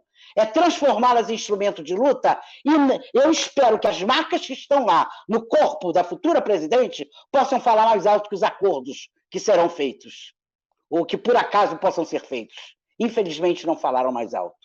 Os acordos foram feitos e foi a própria Dilma que assinou a lei antiterrorismo. Isso nós não podemos esquecer. né? Então, veja, eu fui fundadora do PT em 81 aqui no Rio de Janeiro. Militei no PT, sabe, até o primeiro governo de Lula. No primeiro governo de Lula, eu saí. Saí junto com um grupo grande de Niterói, que foi para o PSOL, eu não vou para partido político nenhum. Eu hoje me diz assim, outro dia o Milton Temer falou, ela é a nossa querida anarquista. Eu digo, vocês adoram rótulos, né? Eu hoje não acredito em Estado. Eu hoje todo e qualquer Estado, ele é controlador. E punir, eu acho que tem que saber como punir, porque uma coisa é a moral. O Spinoza já dizia isso, não quero dar aula de filosofia não, mas o Spinoza já dizia isso. A moral é que cria lei e que julga, e que vai julgar e te controlar nos mínimos detalhes da tua vida. Agora, a ética é diferente. A ética você vai procurar, você não vai julgar, você vai avaliar. E você vai dizer o que é bom para a tua vida, o que te alimenta, que encontros são legais. Então, evite os maus encontros e potencialize os bons encontros, que é isso que a gente está fazendo aqui hoje. Isso é ético, né? Então, esses acordos todos, eu acho que isso tem lá no site do Tortura Nunca Mais, esse artigo que a gente escreveu, né? Porque foi uma resposta realmente aos movimentos em geral que apoiavam a Comissão Nacional da Verdade. E apoiavam de uma forma, entende? Achando que o partido que está no poder, por mais progressista que seja, vai poder mudar. Não vai, que o Estado não permite isso. Tem limites, você toma lá e dá cá. Só que o que se dava durante o PT, eu uso muito os direitos, as políticas públicas, uma série de coisas importantes que foram feitas, sim. Agora, se estendia a mão para o capital, e o capital não quis isso. Era pouco que estava se estendendo para ele, né? Estava se estendendo muito para a população em geral, né? Sem dúvida que o nível da população melhorou, sem dúvida, sem dúvida. Não podemos ignorar isso. Agora, não podemos ignorar os acordos que foram feitos. E foi o próprio acordo, né, que se fez ali, que derrubou, que veio com o impeachment da Dilma. Né? Ali foi realizado um golpe jurídico-midiático, a meu ver. O golpe já está lá. Quer dizer, quando o Bolsonaro assume, né, com essa coisa em cima de... É um horror se a gente começar... Eu sou muito ignorante nessa parte de informática, mas o pouco que eu fico sabendo dessas fake news, isso é uma coisa assim... É um terror. Se a gente já falava que os grandes meios de comunicação, de um modo geral, são responsáveis por produzir a tua vida, por dizer aquilo que você tem que fazer, o que é melhor para você, e o que você não tem que fazer, né? Essas fake news, isso aí é né, isso aí é a transformação das pessoas em robô. Por isso é que batem, sim, quero tortura. O fascismo saiu do armário. Esse ovo da serpente já vinha sendo, né, germinado, né? E esses acordos que foram feitos, sem dúvida, esses acordos, eles deram no que deram. Óbvio que a gente sabe que se a gente estivesse sob o governo do PT, a gente não estaria com esse tipo essa pandemia, como a gente estaria de uma outra forma. A gente sabe disso. Não vamos ser, sabe? Agora, não podemos endeusar. E aí, muitas pessoas que achavam que a gente tinha que seguir, inclusive nós fomos muito procuradas pelos Tarso Genro, por várias pessoas, né, logo no início do governo Lula, e nós mesmo, não porque a gente discordava da linha política que já estava se delineando ali com aqueles acordos, e principalmente com relação à questão dos direitos humanos. Tudo aquilo que saiu da Comissão Nacional da Verdade, uma série de questões importantíssimas, simplesmente se perderam, e agora mais do que nunca, né? Então, veja bem, eu acho que é muito importante a gente poder... quem dizia muito isso era o Milton Santos, aquele geógrafo negro, que dizia assim, é muito importante a gente não se submeter a nenhum partido político, porque isso realmente acaba tirando a nossa liberdade. de pensar e de... Né? Óbvio que com todas as críticas que eu faço aos partidos que eu participei, que foram PCB e PT. Foram os dois que eu fui organicamente ligada. Né? Fiz coisas importantíssimas, aprendi coisas muito importantes, sem dúvida, não estou renegando, não. Eu acho que era um momento meu em que eu... Né? E aos poucos eu fui percebendo que não dá. A política só pode ser feita, a gente ainda dizia assim no início do PT, a gente dizia assim, vamos fazer uma política antiburguesa, nós vamos fazer uma política, né? Isso logo nos anos 80, eu lembro que nós falávamos isso, né? E se mostrou inviável, né? A política burguesa é essa aí. E a política burguesa, o Estado burguês, capitalista, ele usa a democracia burguesa interessa para eles. Né? Óbvio que hoje, comparado com o terror que a gente está vivendo, para a gente é ótimo ter uma democracia burguesa, sem dúvida. Tem um grupo anarquista muito interessante, não sei se Vladimir conhece, chamado Comitê Invisível. É um grupo francês, que a gente não sabe quem é, são intelectuais franceses, e eles têm um livro muito interessante, onde eles mostram como as crises do capitalismo e como a chamada democracia são usadas a favor do capital, da manutenção do capital. Eu queria fazer uma pergunta, até dentro dessa questão que a gente está colocando, que eu, inclusive, essa leva do PT que saiu de Niterói, que você estava dentro, eu também estava. Mas eu também não entrei no PSOL. Fui para o Movimento Popular. A pergunta é a seguinte: o PT, né, assim, a esquerda institucional, principalmente o PT, ele tem criado uma narrativa de que junho de 2013 foi o ovo da serpente do fascismo.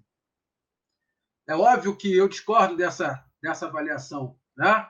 E com certeza você também discorda, o Pedro também discorda, inclusive ele foi criminalizado. Eu tenho, inclusive, um documentário, O que Resta de Junho, que trata justamente dessa questão, né, de junho de 2013, que foi uma rebelião popular, foi uma revolta contra a democracia burguesa, contra esse modo tradicional de fazer política, mas também tiveram segmentos fascistas, neofascistas, ou seja, foi um movimento multitudinário, né? Foi um movimento que envolveu várias forças políticas, né? Eu queria que você comentasse um pouquinho. Vocês estão me ouvindo? Estamos ouvindo. Então, vou falar, junho de 2013. Eu escrevi sobre isso como um acontecimento. Eu escrevi um artigo muito bonito sobre maio de 68 e o junho de 2013, mostrando justamente como um acontecimento, segundo o filósofo Gilles Deleuze, né? Que é aquilo que desequilibra, é aquilo que desarruma, que tira tudo do lugar, né? Para poder produzir algo novo, algo inédito, né? Eu me emocionei muito com junho de 2013. Naquela época eu ainda participava de algumas passeatas. Eu lembro que uma vez nós ficamos presas, eu era a única mais velha, presa no amarelinho, com aquele gás de pimenta. Eu digo, isso é novo, isso aí a gente não conhecia na época, né? Conhecia só o gás lacrimogêneo, né? Os brucutus, que a Glaete falou muito, dos brucutus, né? Que jogavam água na gente no meio da rua, nas manifestações, antes do golpe, né? Mas eu fui vista por muitos companheiros do PT, ali eu já não tinha nada com o PT, ali naquele momento eu já estava longe mesmo do PT, mas eu fui vista como uma traidora, né? Aquela que ajudou 2013, tá vendo o que deu agora? Eu ouvi isso de alguns companheiros, ex-companheiros, né? Dizer, tá vendo, você apoiou aquela baderna, aquele ovo da serpente, foi isso, ó, deu no que deu aqui agora, né? Eu acho uma coisa perversa esse tipo de análise, sabe? Escrota, porque eu acho que não tem outro nome, sabe? Eu acho que, e acredito nisso, realmente, aquilo foi um puta acontecimento, né? Que paralisou paralisou aqueles que queriam entender o que era aquilo, né? Foi de uma beleza e de uma espontaneidade, né? E aí eu ouvi as pessoas falando assim, mas tem que organizar, tem que ter uma pauta mais organizada. Eu digo, a riqueza está aí, né? A riqueza está na multiplicidade. Nós temos medo do caos o tempo todo, nós queremos ser certinhos, né? E é isso que querem, é isso que o Estado quer, que os partidos políticos querem, nos botar dentro né, da ordem que interessa para eles, para cada um. Né? Então, veja, 2013, para mim, que se desdobra em 2014 também, né, ele foi um grande acontecimento, que tem que ser mais estudado, não tem que ser... Eu acho que essa coisa de querer classificar o que foi, né, eu acho que tem que... essas pessoas estão aí ainda, né? Como talvez seja o único aqui que continue em partido político, no PSOL, então eu quero fazer uma pergunta que tem a ver com isso.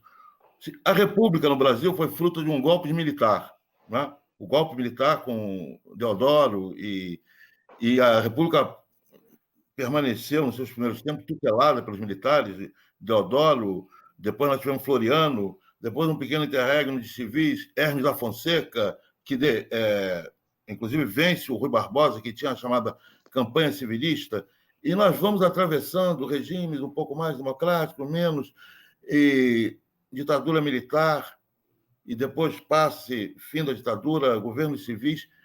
Tem uma coisa que não muda, que é a chamada casta militar.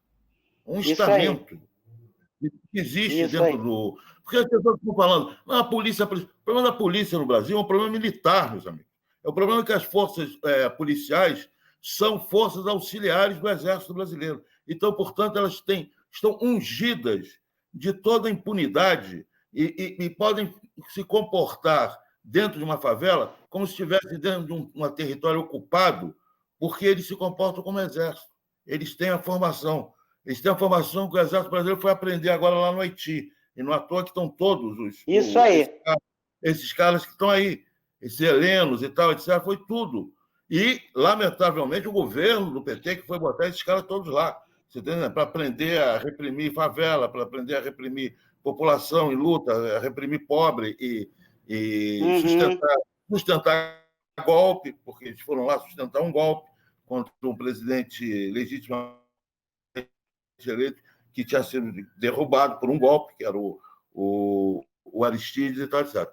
Então, a minha pergunta é o seguinte: quando é que vai ser possível isso? Porque, por exemplo, eu estava olhando ainda no governo do PT, tinha um material didático próprio, que não estava em nenhuma... pagos por nós, pagos pelo serviço público. Essa publicação, por exemplo, quando falava do Araguaia, dizia o seguinte: não, os desaparecidos do Araguaia é o seguinte, eles correram de medo do Exército Brasileiro, fugiram do Araguaia. Por isso que não apareceu ninguém. Por isso que estão desaparecidos. Por isso que eles estão desaparecidos. Então, e todos os governos acabam suportando isso. Nós estamos vendo isso agora no Brasil. A ira das legiões, peidou um general, o outro brigou com a mulher, vai dar um golpe. E isso, quer dizer, o país, sob essa tutela, sob essa espada de Damocles, que não entra na pauta. Não entra na pauta política do país. Essa questão, ela não entra na pauta política do país, ela não é discutida, ela não é debatida. E a impressão, às vezes, que você tem é que, não, pode ir o processo político, porque na hora que esses caras quiserem, eles estão lá dentro da casinha deles, intocados, capazes de pensar verdadeiras barbaridades, atrocidades. Eu só quero terminar com uma pergunta. Assim. Você se lembra? O João Batista Figueiredo, era o chefe do Serviço Nacional de Informações. Então, você imagina, o Figueiredo era um intelectual, era o chefe do Serviço Nacional de Informações. Então, a formação é essa, na qual um cara como Figueiredo é um intelectual. Entendeu? Como é que você vê isso?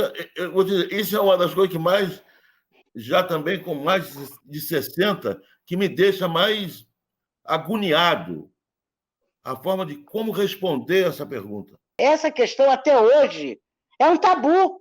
A questão das Forças Armadas nesse país, né? Não é por acaso que todos os presidentes militares saem e vão gerir alguma multinacional. Né? Isso aí a gente pode listar vários deles. Né? E quando a gente vê a mediocridade do Figueiredo, é a mediocridade que a gente tem hoje, talvez até pior. Hoje conseguem ser pior que o Figueiredo. O ministro da Educação, o ministro do Meio Ambiente, né?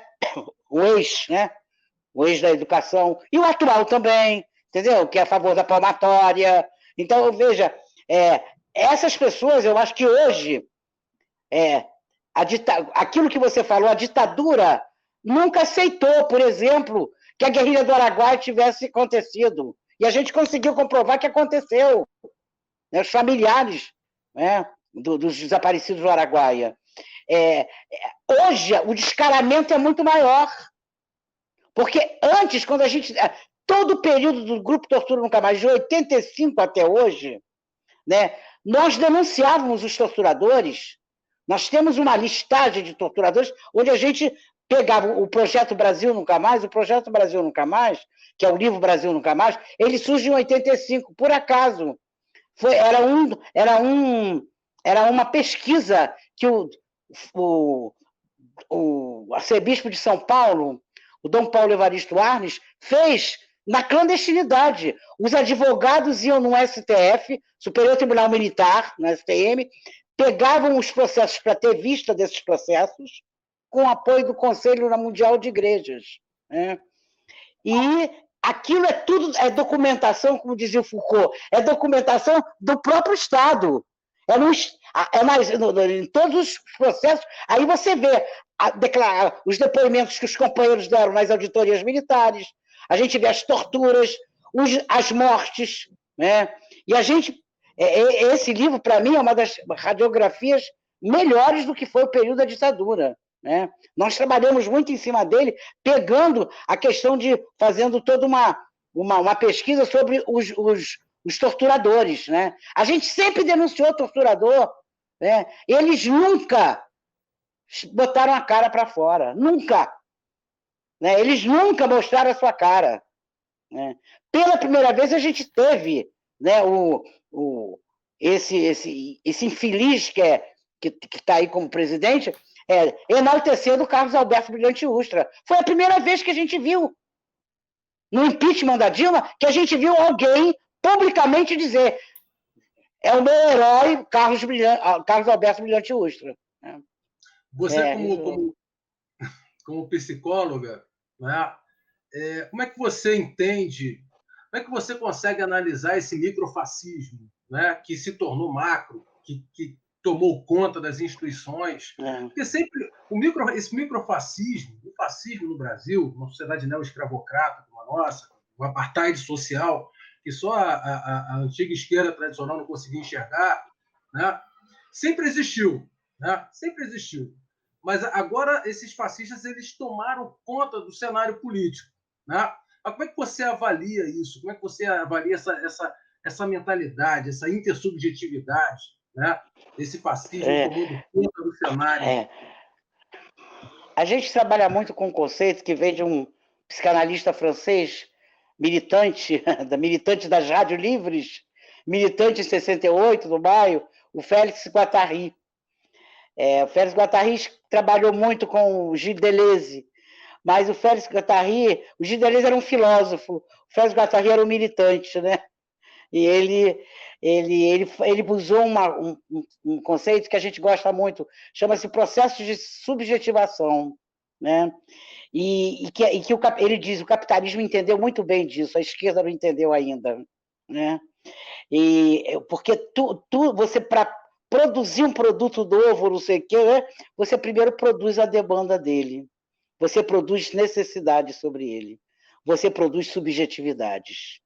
Ou seja, o tempo todo, os grandes meios de comunicação, que foi o que eu trabalhei mais, né, pós-doutorado, eles estão produzindo modos de viver, modos de existir. Ou seja, não existe esse modo, né, modelar que o capitalismo nos impõe. Né? Este é um dos modos. Né? Esse individualismo, esse modo de ser indivíduo. Né? Isso é produzido o tempo todo por essas máquinas que estão aí, né, fazendo com que nós onde tudo se torna mercadoria.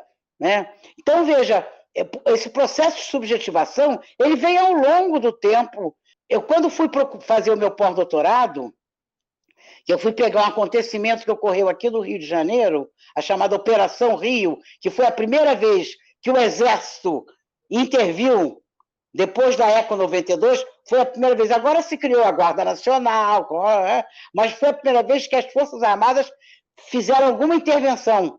Foi aqui no Rio de Janeiro, no final do governo Brizola, quando era o Nilo Batista o governador na época. Né?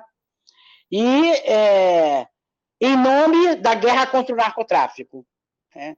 E ali eu fui pegando uma análise de jornais, onde, um ano antes, onde você vai vendo as cartas de leitores, os editoriais, onde você vai vendo como vai se produzindo o apoio à ocupação das Forças Armadas no Rio de Janeiro.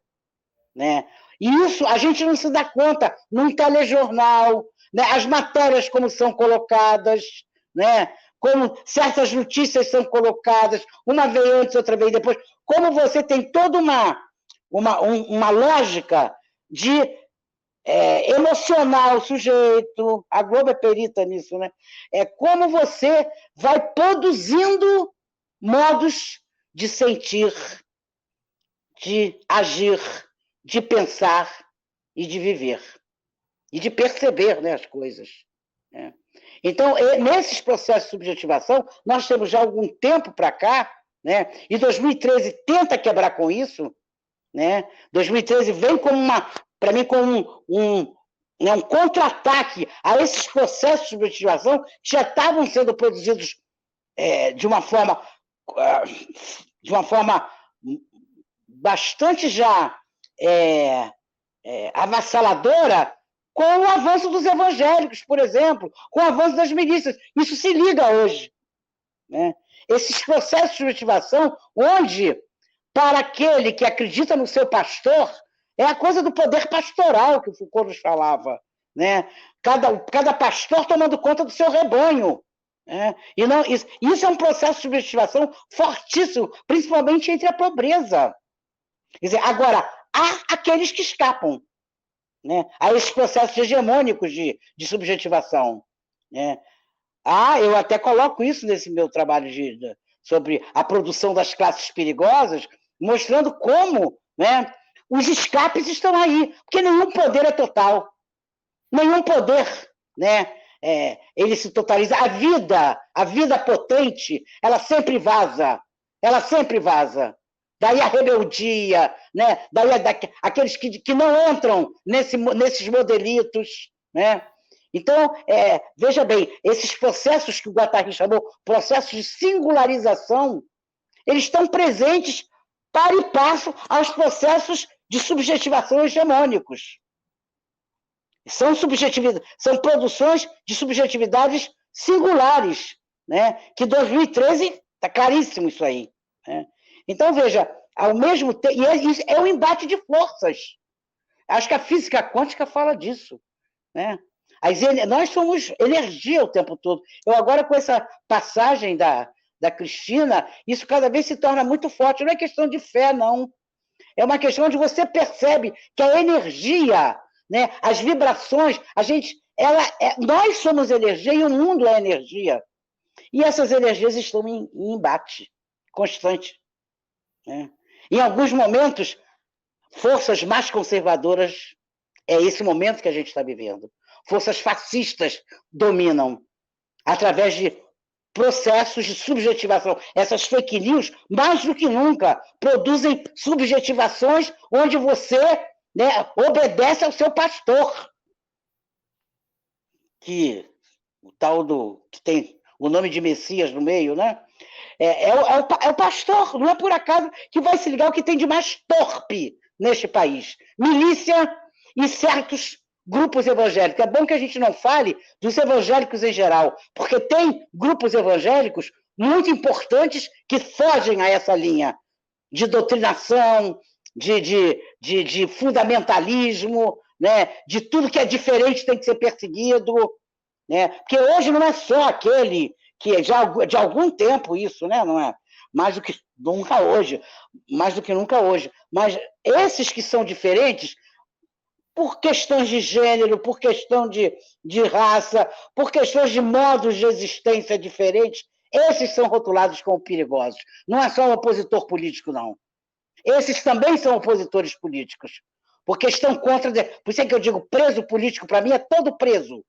É todo preso. Não é posição de tortura nunca mais, não. Esta é a minha posição, pessoal.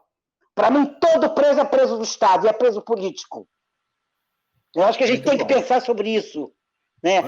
Os movimentos de direitos humanos precisam pensar sobre isso, sabe? Porque eu acho que aquele que foge ou é rotulado como criminoso, marginal ou louco, né?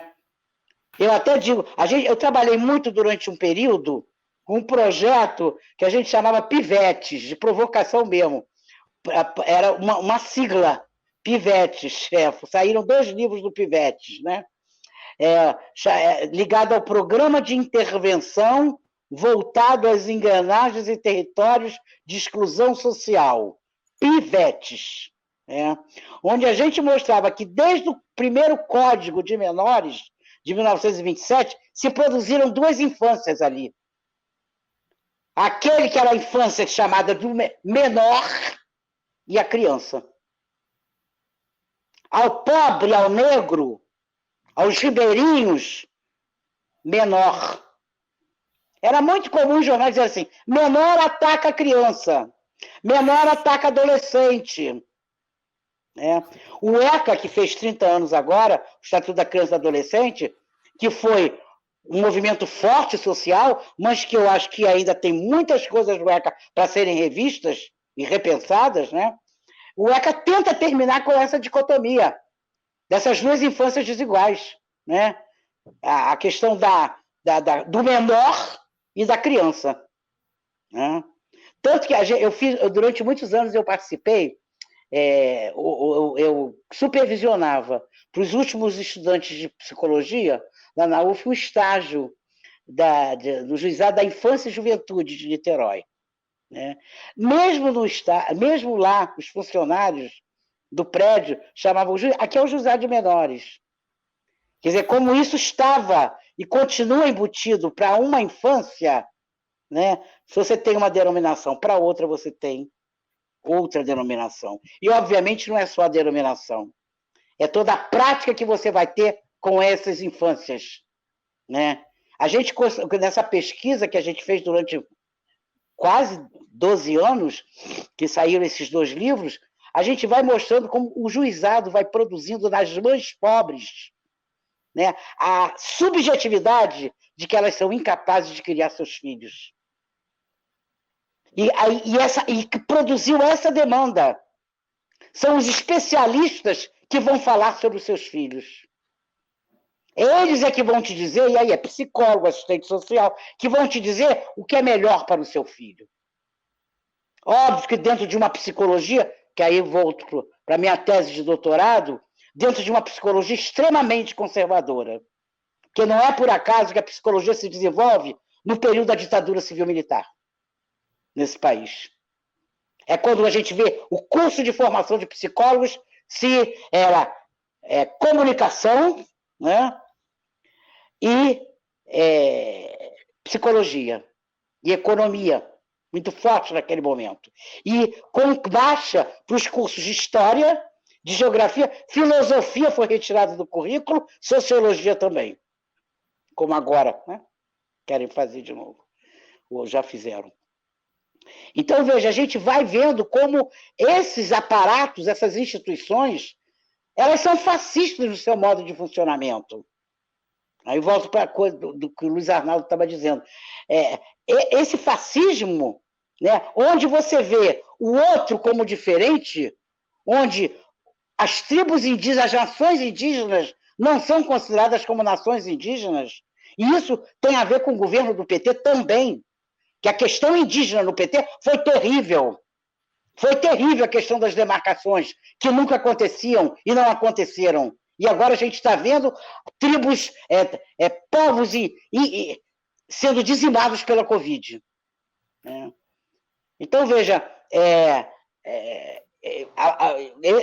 o meu primeiro é que eu fiz história, fui professora de história há muitos anos, né? E depois fui fazer psicologia. E a minha tese de doutorado, Guardiães da Ordem, né? Que é uma forma de eu fazer as pazes com a história, né? Então, eu pego a história da psicologia no Brasil, das práticas psi no Brasil, mostrando o que elas serviram na época, né? E mostrando alguns casos. A primeira vez que eu comecei a escrever sobre Amilcar Lobo foi para a minha tese de doutorado. Foi muito difícil, né? Porque eu vou mostrando como a psicanálise oficial ela vai dando as mãos à ditadura, como os psicólogos daquele momento, né, eram extremamente positivistas, conservadores, né, excludentes, né, acreditavam na família desestruturada, assinavam laudo de uma criança negra pobre, dizendo advindo de família desestruturada. Ali, naquele momento, você estava produzindo o sujeito desestruturado. Eu sempre coloco isso, eu sempre fui muito preocupada com a nossa formação, né, com a formação do psicólogo, que sempre foi uma formação extremamente conservadora, né? E eu tentei na universidade, eu não gosto da palavra academia, acho de uma... Eu tentei na universidade o tempo todo aliar a minha militância, aquilo que eu acreditava que era a minha potência de viver, né, estava em usar essas marcas que a ditadura me deixou, né, no sentido de criar outras coisas, né, no sentido de romper com certas concepções conservadoras que eu trazia, né, e tentar pensar, produzir pensamento, como dizia o Deleuze, porque nem todo mundo pensa. Para a gente pensar, a gente tem que se desacomodar. Pensamento não é a resolução de um problema, ao contrário, é problematizar sempre. Né? A gente, na universidade, aprende. Problema é resolução. Nos mestrados, nos pós-graduações, né? A gente vê. Eu digo, sai dessa. Né? Não existe o sujeito a ser pesquisado lá e eu aqui para ser a sua pesquisadora. Vou chegar para ele e dizer: a pesquisa se dá no encontro que esses dois, que o pesquisador tem com o seu pesquisado. Nós aqui estamos produzindo um encontro, né? E nesses bons encontros que a gente tem que se alimentar, né? E também numa pesquisa, não existe pesquisa neutra. Nós estamos implicados o tempo inteiro. A política nos atravessa, não é partido político, a política, a dimensão política nos atravessa o tempo inteiro e nos constitui. Né? E em qualquer pesquisa que a gente faça na universidade, nós estamos, sim, colaborando ou para a manutenção do que está aí, ou para tentar botar uma pedra nessa máquina, para botar estragos nessa máquina capitalística, para que a gente possa produzir outras coisas, né? A gente vai ter que ir fechando essa conversa de alguma maneira. Eu queria pedir, então, que cada um fizesse uma colocação, até podendo colocar mais questões para a Cecília, mas que a gente fosse chegando para o final, que, inclusive, o Pedro tem um horário aí para limite. Então, se cada um quiser falar e a gente tentar fechar um pouco o que foi esse encontro aqui. Quem começa falando? Não sei. Vou pensar aqui. Vladimir Aí, gente, já... foi eleito. Opa! Não, foi um prazer estar aqui com vocês, participar desse encontro. Acho que foi isso que a Cecília falou, né? Que, citando Spinoza, esses bons encontros, né? Essas paixões alegres, que só nos potencializam. Isso é essencial, criar bons encontros.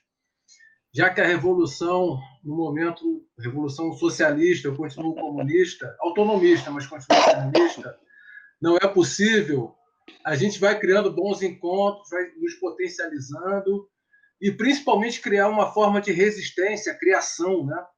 Contra essa necropolítica, né, do governo Bolsonaro, uma necropolítica que só aprofunda, né, o apartheid social, a estrutura escravocrata, machista, homofóbica, que é o nosso país, que construiu o nosso país, mas como a Cecília colocou muito bem, ou seja, e que a gente colocou aqui também, a ditadura não acabou, né? Ela continuou nas favelas e periferias, isso tem que ser muito claro, muito claro. Ainda tem gente que acha que isso não existe. Para mim, as pessoas são assassinadas nesse exato momento, tem pessoas sendo assassinadas, desaparecidas, torturadas. A ditadura não acabou. Isso é muito forte. E agora o governo Bolsonaro quer voltar para a ditadura institucional, né? Ou seja, é preciso resistir a esse neofascismo, é preciso criar novas formas de subjetivação, como a Cecília colocou, novos modos de vida que sejam anticapitalistas, que sejam antifascistas. Uma vida não fascista. Como diria o dele, Foucault. Como diria o Foucault. É isso. Foi um prazer. Foi um prazer. Bom, eu queria falar o seguinte, quer dizer, se me permite, uma vez me perguntaram no cinema o que era arte para mim. Aí eu falei, é invenção, é desordem, é revolução em todos os sentidos. E eu acho que é isso que nós estamos fazendo aqui. Eu acho que esse momento que a gente está tendo aqui é um momento de arte. É exatamente a invenção, é desordem, é a revolução em todos os sentidos. E então eu vejo assim, é quase como um oásis, né? Um encontro desse é quase como se tivesse um oásis, poder ver a Cecília depois de tanto tempo com essa pujança, com essa energia, com essa capacidade de reflexão, que é uma coisa que ilumina, porque a reflexão, o pensamento crítico, a capacidade de discutir, de debater, é a primeira coisa que o fascismo se movimenta no sentido de bloquear, né? No sentido de impedir, porque é muito contagioso, é muito forte, né? E a nossa luta é de todo e sempre, quer dizer, você tem a ditadura, tem os eventos, mas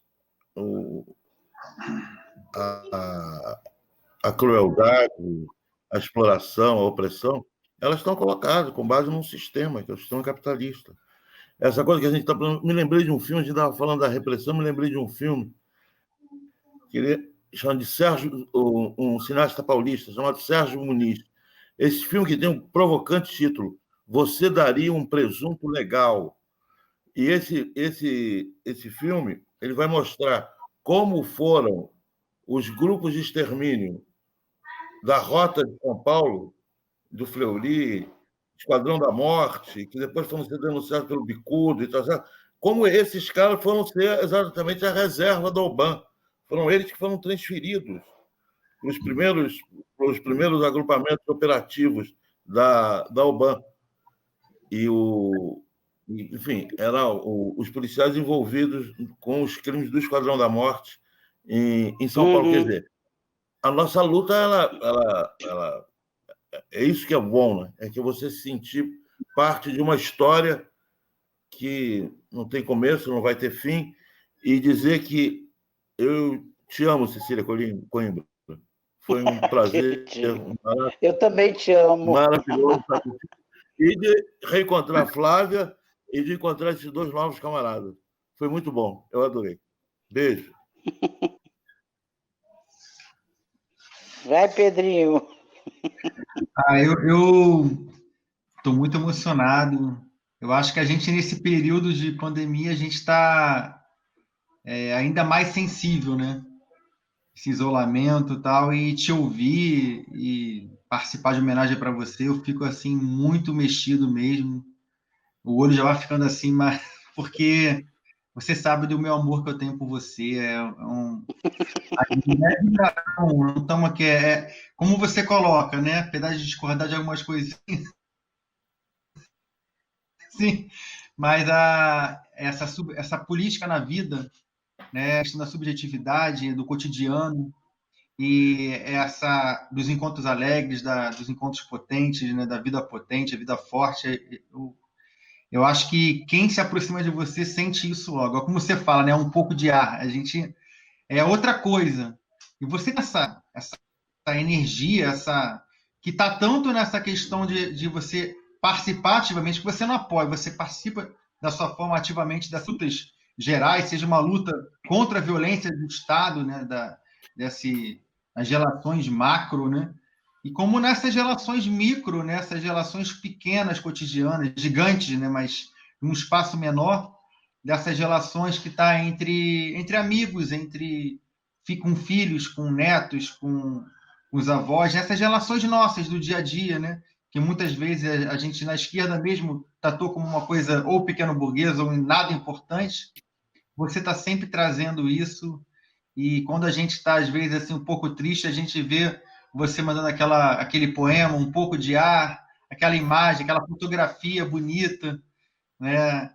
Às vezes assim aquela, né, vem uma foto, a lagoa, o mar aparecendo, ou então a serra, alguma coisa que você coloca e a gente fica mais forte, tanto para lutar, participar de algo, como, por exemplo, para poder fazer coisas pequenas, como você poder olhar para os filhos, estar cansado, estressado e falar, pô, caramba, olha como a minha vida é boa de estar com eles aqui agora e poder estar como a gente está feliz.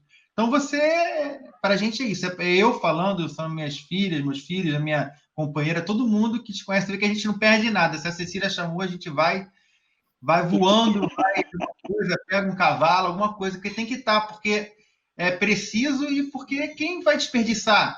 Porque quando a gente está com você, a gente está ganhando vida. Acho que é isso, né? A gente está ficando vivo e ainda bem que vai durar muito tempo ainda para a gente poder aproveitar. E é agradecimento. E muito amor por você, né? Eu e todos nós que te conhecemos somos assim. Então, obrigado. Eu fiquei mais calado que eu estou ouvindo, né? Enquanto a Cecília quer ouvir o que ela fala, e ela fala de uma forma, é uma oradora, né? Ela é uma oradora antiga, botar na praça pública, aquela oradora, tem a palavra forte, né? A palavra poderosa. Então, a gente quer ficar ouvindo e fica encantado. E obrigado por poder participar desse momento. Eu é que agradeço a vocês, agradeço muito. Eu acho que a gente, a todo momento, e para mim, o Pedro, você é um exemplo disso. Eu me emociono profundamente com a afirmação de uma vida potente que você faz no seu cotidiano. E eu acho que isso é a revolução. Não está lá, não. Não está lá na transcendência, não. A revolução está aqui. No aqui e agora. Não é aquela coisa que o Galeano, que eu amo de paixão, dizia: a utopia está lá, a gente anda 2 passos, ela se afasta 2 passos. Para que serve? Para nos fazer caminhar? Não, ela está aqui. Ela não está lá, ela está aqui no nosso cotidiano, nos desafios que a gente tem, nisso que você falou, do que é ser um educador, do que é ser um pai, do que afirmar coisas que não estão nesse código de regras e normas que o capital quer, né? E aí, o Arnaldo, Luiz Arnaldo, eu me lembro, a arte é aquilo que é perigoso. Não é à toa que a gente está vendo isso agora. A arte é extremamente subversiva. Ela é extremamente perigosa, né? E a arte é aquilo que não morre. Se tem alguma coisa imortal, é a arte. Né? Isso é de uma beleza muito grande, porque a arte subverte.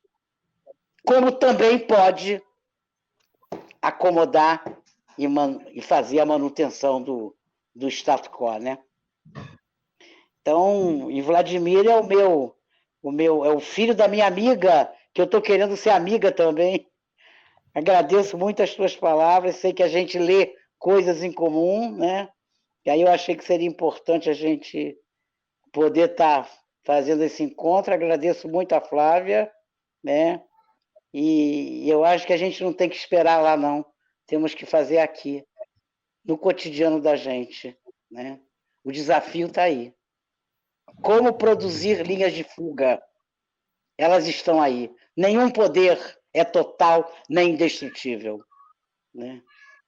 Nós temos que produzir no cotidiano, na micropolítica, no dito pequenininho, no dito que não tem importância, nós podemos produzir linhas de fuga e escapes, porque a vida potente sempre escapa. Quer queiram, quer não, ela está sempre escapando. Obrigada, gente. Cecília, depois de te ouvir, assim, ao mesmo tempo em que você fala, porque eu já tinha visto alguns materiais e lido alguns textos seus, só penso em suspirar, sabe? Porque mexe muito, assim, né? Não é só o que você diz, é como você diz, o quanto de energia você coloca. Então, realmente, é um exemplo muito grande. Eu espero que esse papo aqui chegue a muita gente. Está gravado, vai ficar à disposição no canal do Resistência Substantivo Feminino. Queria agradecer muito a presença de Cecília, do Luiz, do Vladimir e do Pedro. Acho que foi uma noite assim muito especial estar aqui com vocês, de verdade. É isso, gente. Pedimos que compartilhem, né, esses endereços para que outras pessoas e mais pessoas sejam atingidas por um discurso tão potente e revolucionário num tempo em que está mais difícil de escutar essas palavras. É isso.